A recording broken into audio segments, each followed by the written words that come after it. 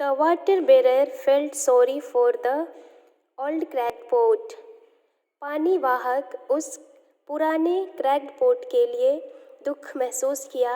And in his compassion he said, और उसकी सहानुभूति में वह कहा, as we return to the master's house, जब हम लोग मालिक के घर से वापस लौटते हैं, I want you to notice the beautiful flowers along the path, मैं चाहता हूँ कि रास्ते के किनारे जो सुंदर फूल हैं आप उसे देखो।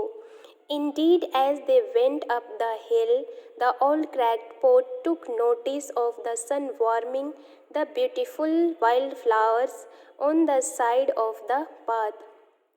सचमुच जब वे पहाड़ में पहुँचे, पुराने क्रैक्ड पोट ने देखना शुरू किया कि सूरज की रोशनी में सुंदर रास्ते के किनारे सुंदर फूल दिख रहे थे। एंड दिस चीयर्ड इट, और उसे यह खुशी महसूस कराया, उससे वह खुश हो गया।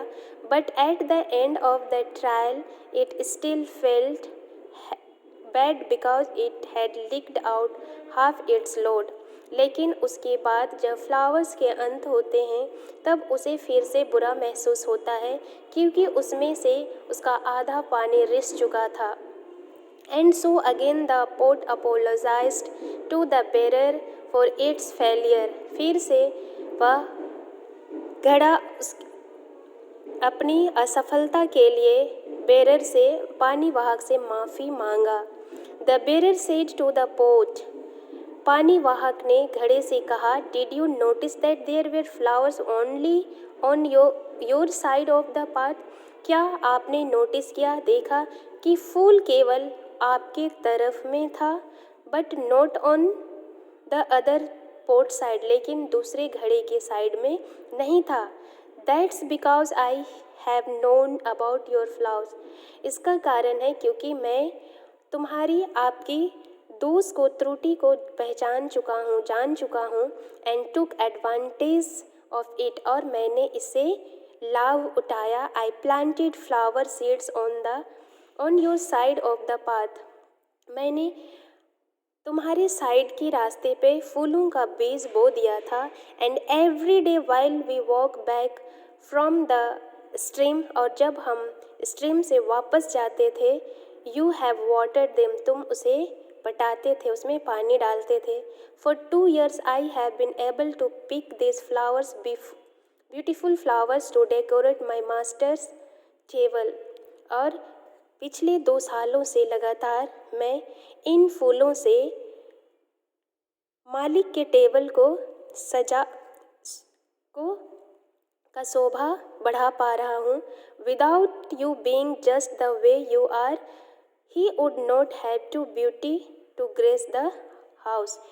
तो वह उस पानी वाहक ने कहा कि लगातार 2 सालों से मैं ये फूल उठाकर मकान मालिक मास्टर्स के टेबल को मैं रोज़ सजा पाता हूँ इन्हीं फूलों के कारण।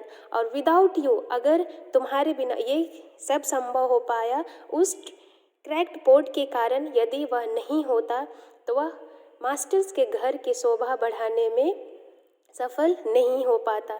तो ये मास्टर्स के घर की शोभा बढ़ाने का कारण वह क्रैक्ड पोट ही था।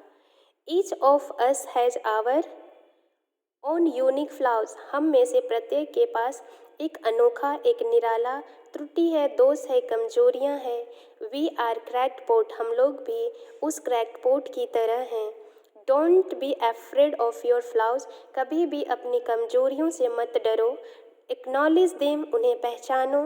And you too can be the cause of beauty, और आप भी ब्यूटी के कारण, सुंदरता के कारण बन सकते हो।